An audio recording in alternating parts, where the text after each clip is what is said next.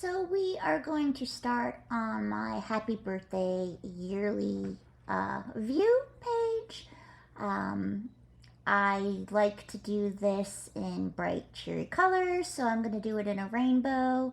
And I've already sketched it out, and now just using some of my markers, I am outlining it so I can do it in a rainbow. So when I first started, I was like, okay, I need red, orange, yellow, green, blue, purple. And then I was like, okay, well, if I do that, then red's going to be underneath red for the birthday part. And I didn't want that. I didn't want everything to line up. So I was trying to figure out the order of the colors I was going to do, because I really didn't want it to stack red underneath the red. You know what I mean? That's just a visual thing for myself. So I was just trying to figure it out. I realized I had two blues, so then I figured if I did that, but then even so, that would make orange the first one. It would still be too close. So sometimes when you plan these things, it still doesn't work out right. So I was just trying to figure out, colorize what was going to go where. So then I was just like, you know what? Let's just start doing the word happy, and then we'll figure out what we're going to do with birthday when we get there. So I'm just taking my markers now, and I am just outlining the sketch that I had already put down in here. I did not per se design this happy birthday lettering. I went on Google and I Googled word art for happy birthday, and this was one that came up, and I just thought it was really cute because I liked how the letters were staggered. It wasn't like a traditional H. I liked how one side had the longer part and the other one had the shorter. I liked how the A kind of wrapped on top of the H. So all I did, found a Google image I liked, and I kind of mimicked it. I just did it that way. So those are different things that you can do when you're doing your bullet journaling as well. If you need more inspiration, take to Google and look at word art and signs and even birthday cards, or holiday greeting cards, because a lot of them that have words on the cover, the art or the way that the lettering is done may inspire you as well. Obviously, though, if you have stencils or if you like to just freehand your lettering, there's tons of books and videos also on different letterings. I'm going to try and offer some of those on videos as well, because I know different ways to do different lettering.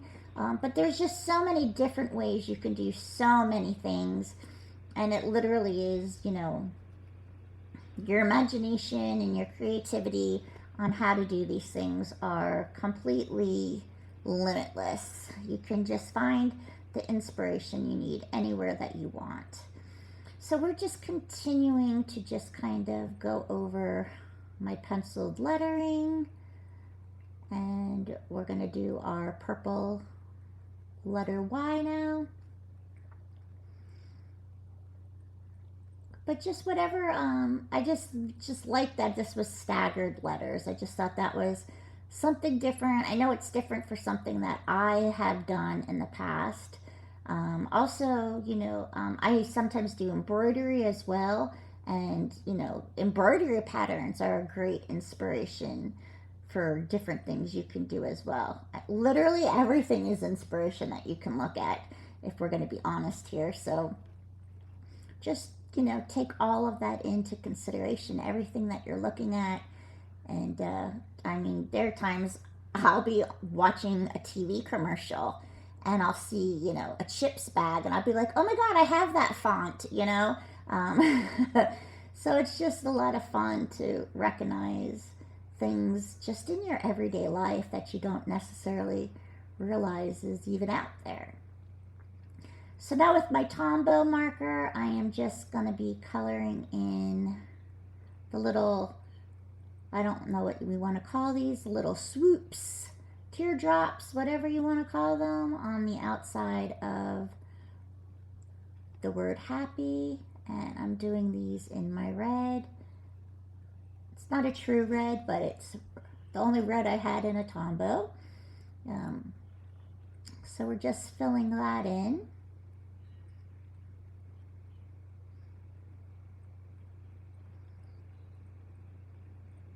And then we're going to go ahead and start coloring in our happy. Tombows, if you color on top of pencils, the pencils don't always erase underneath, especially on lighter colors. So that is why you always want to make sure if you outline and then color inside afterwards so you get your pencil marks taken care of. Tombows do leave the streaks. Again, I think I said this in another video that I've already done, is I bought the Tombow so that I could do the brush lettering, and I really am not very good at it. And I know that comes with practice to get the lettering right for pretty brush lettering. One, I'm not the most patient person in the world.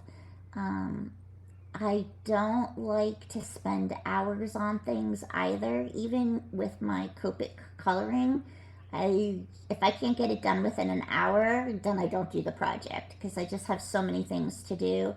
So you'll see I color fast. I do everything pretty much fast when I do things because I just don't, I'm not one of those people that could, do a card and be like, it took me 5 hours. I'm just not one of those people.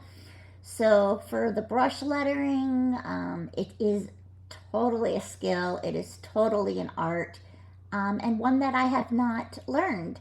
So I don't have a lot of free time on my hands, so it's just easier for me to do like block lettering type things or just fun whimsical lettering, which is more my style anyway. I do love the brush lettering.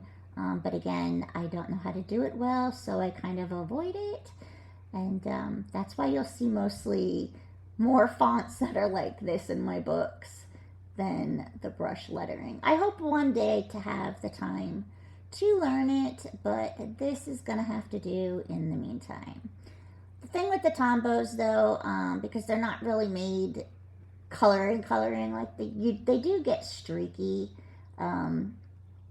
So I just went over it twice to kind of tame the streak down a little bit. I probably might end up using Copics on my other pages, but that will mean I'll need to double up my pages for bleed through. But we'll cross that bridge when we get there. Okay, so now I need to figure out what I want to do with the birthday part. So then I was just like, okay, so if I start the B with the blue and the purple, that's enough space to the P and the Y on the first line. So that's what I initially thought I was going to do. Well, I did do it, but you'll see what happens when we get all through with the word birthday. So I really thought the spacing was going to be great. At least the red wouldn't be under the red and the orange under the orange. And that was kind of the whole thing I was trying to go for. And I'm very proud of myself at this time because I'm like, all right, I got the nice spacing in here. And we just continue on our way. And now we're back with our red, our first color, and you can see I'm glad. Okay, look, it's broken up. It's far enough from where the red actually is from my first line in the happy. So I was really pleased with that I did it this way. And I know it's an insignificant kind of thing, but sometimes they just feel like they matter and they're important at the time, and I just didn't want my colors to be stacked on top of each other. And now we're moving on to our orange. And again, I just wanted something bright and cheery for a birthday page. Because when I think of birthday, I do usually think of, the primary colors and things of that nature. And since this is a year in view of everyone's birthday on this 2-page layout, just wanted to pack in the colors while I could. I still put birthdays in on the individual months as well, on the actual date in my calendar for everyone's birthday. But I like having a birthday overview page. That way everything's just on this one page, instead of me having to go through each of my monthly pages to, I mean, not for nothing, I really do remember when everyone's birthdays are. Sometimes I might, forget the actual day or be off on a day or two on a couple of people each year. But like for my families and my really close friends, like I know their birthdays and the dates of their birthdays. But like I said, on those few more obscure type ones, I have to go look them up, and then I'll be like, okay, September, and I'll have to pencil all the way through September to find it. This just, I like it because it's just all in one page. Well, technically 2 pages. It's a 2-page spread. But this is just another one of those overview type pages that I like to create.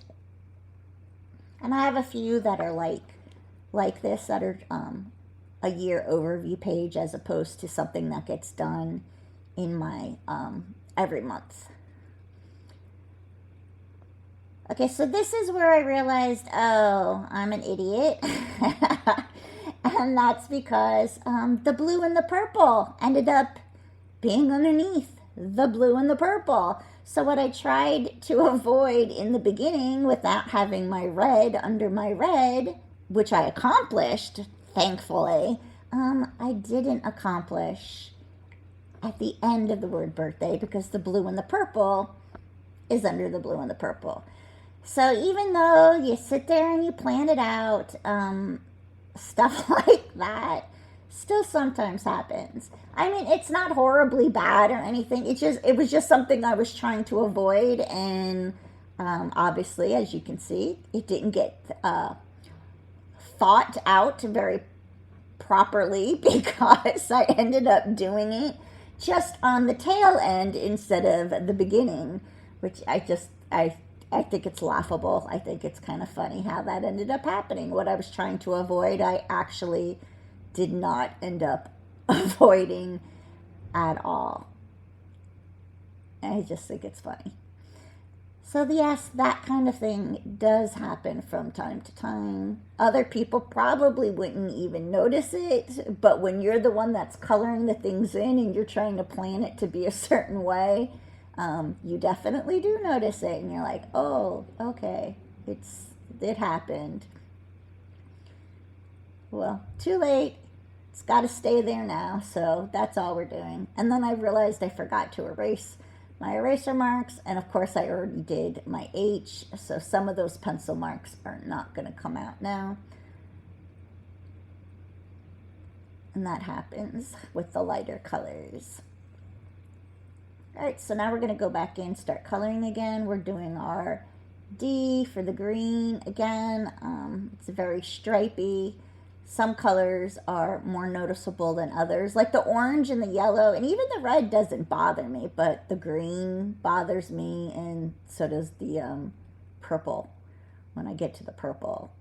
So I'm just saying, okay, let me just color it a second layer and just fix that up as best as I can.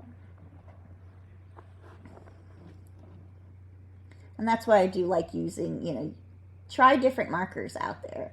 And you don't have to get expensive markers. I mean, you can even use, I personally haven't done it. I would advise you to always use your pen test in the back of your planner. But I mean, I would assume probably Crayola markers you could use in here. But if you want kind of like streak proofy kind more, then I would definitely be using your alcohol markers. Just know that they will bleed through. And you'll have to double up on your papers, or you'll just have to plan your planner pages out a little bit better so that the back side of that page would be blank. But again, I don't mind gluing two pieces of paper together if need be, because I'm never going to use all of the pages in the book anyways. My life isn't that exciting that I need however many pages are in these books, which is what, like 300 or whatever it is. I'm not even sure. But,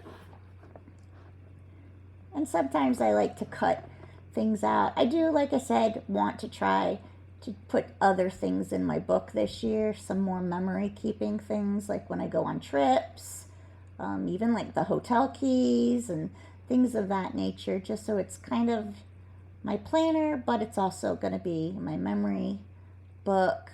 And I'll still make my mini albums like I normally do.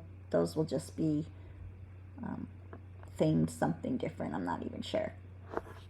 Okay, so now that we got the base of the coloring done, what we want to do is we want to add some accents to it because it's very flat right now, and I like to be able to kind of give a little bit of dimension and texture to my pages.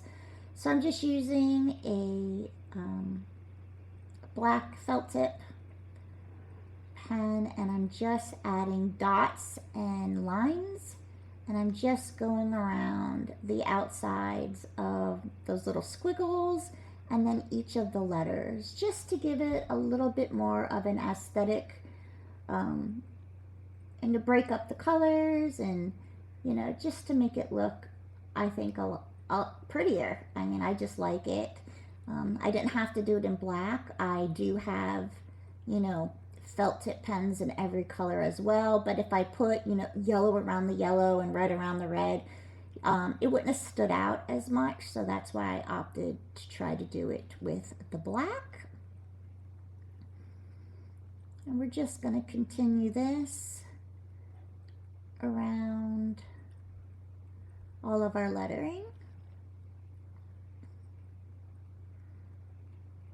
And there's no rhyme or reason, where I put the dots and the lines. It's just hitting them up on the curves and on the straightaways.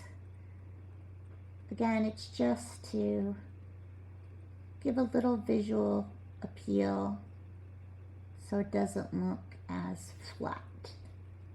And you can also, like we did in our future log, you could take your gray marker also and add shadows to each of the letters if you'd like.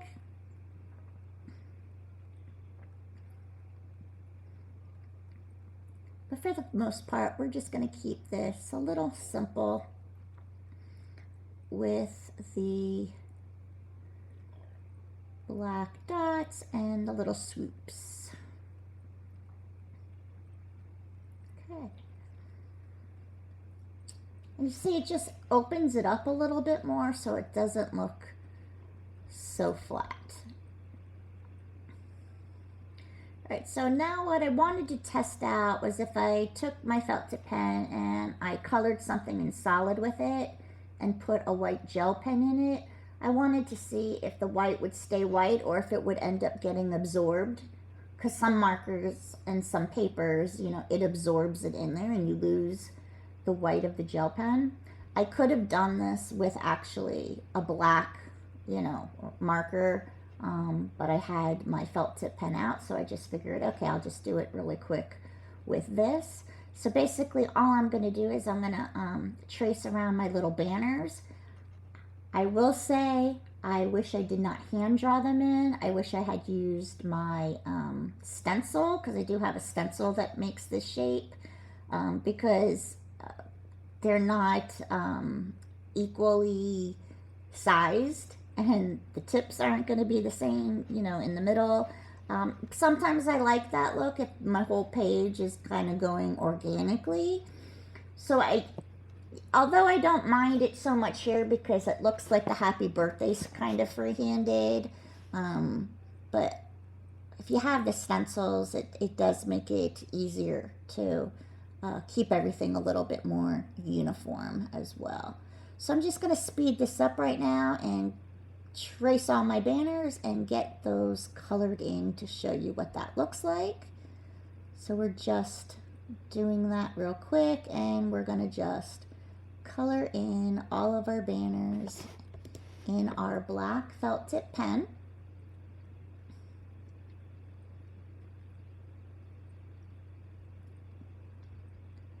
And then we're going to just connect our banner with little bows on the end.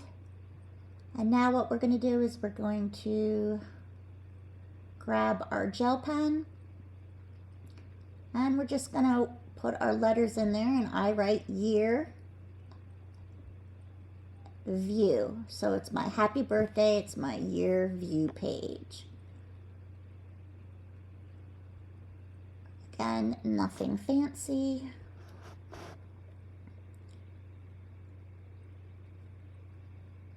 Okay, and then I'm just doing a second layer on top of the first, and I'm actually doing this layer kind of dotting the ink in instead of just writing it on top. If you've ever used a white gel pen before, you know that if you try to go over it that second time, sometimes the ballpoint actually puts like lines and takes the ink away from your first layer. So if you just kind of dab it in instead, it'll make it more white and it won't take away that first layer that you have down there. Okay. Ta-da! Okay, so we have that part in there now. And I'm going to have all my months down in a moment, but I want to, if I just put the lines for it, it's going to kind of be a little boring. So we want to jazz up the border of our page a little bit.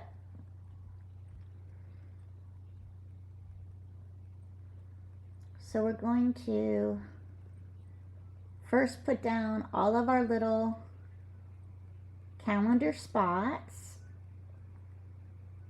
And I couldn't find my circle, the one that has a circle, so I ended up having to use my squared one, which is fine, no biggie. And I am just going to quickly go ahead and put in all of the 12-month areas for each month of the year.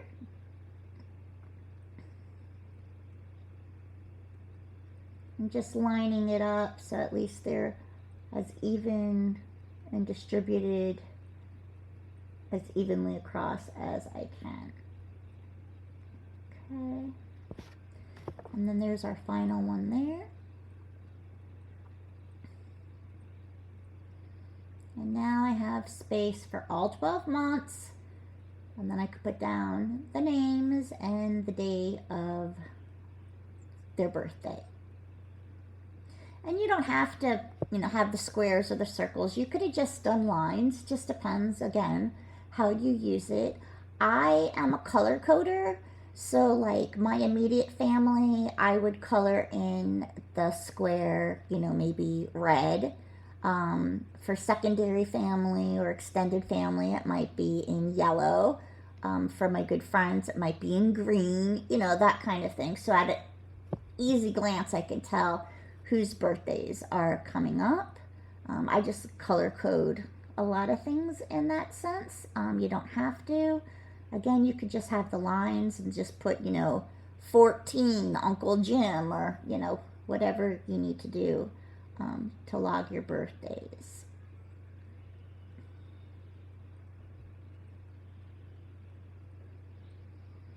So just make sure you get all of your erasers out, your eraser marks. And then I realized I forgot to also do it up on the banner. So I'll go and get that as well. Make sure your gel pens are always dry before you erase them. Put eraser to it because they do smear a little bit more than other pens might.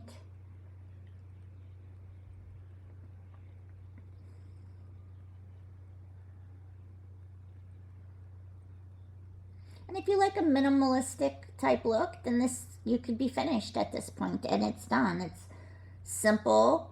It's gonna, suit the purpose. There's our future log that we did a few days ago. We have a video up on that as well if you're interested. And we are now just going to grab our polka dot. I love these markers, I really do. And we're just going to add, you know, some fun color to our border just because I'm not a minimalist. I like I like whimsy and that sort of thing, and I just want it to be repetitive throughout my whole book. Even though I like different types of things, like I love the black and gold pages that people do with the foil. I love that. I love the craft paper look. I love that vintage look. But I'm not a good mixer of having like one part be vintage and then another part be really modern or cutesy. Um, it's just I'm just not that way. It's either one or all for a theme. Even though I theme out my months, I kind of make sure the whole theme goes with my whole book as well, if that makes sense. And since I know I'm going to be doing my monthlies with cute stickers the whole entire month because we designed them, I am going to make sure that I just keep the whole whimsy and cute theme throughout my whole entire book this year. So look at simple and easy, festive little confetti dots going around my border. Doesn't get any easier than that. And then all we're really going to have left to do is we just want to be able to label our months. So we're just going to grab just a regular felt tip pen again, and I'm just going to label each square for what month it's going to be, so I know when I start inputting all my family and friends' birthdays. So we're just going to label it. So here's January, and I just do 3 letters, Jan, Feb, March, you know, Mar, M-A-R, you know, that way. And just put them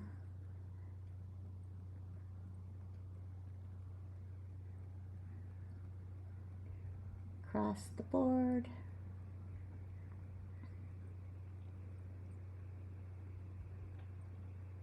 Yeah, I didn't realize I was up in the border there. I should have left a spot for May and June, but it's okay. And then we have September, October, November, and December. And that is how I do my year view birthday pages, so I have at a glance. And then again, there's my future log, and I will be working on, I think, maybe my credit score page will be next. I don't know. I'll figure it out. I'll make another video for what that'll end up being. I also do my social media tracker. But enjoy. Thank you.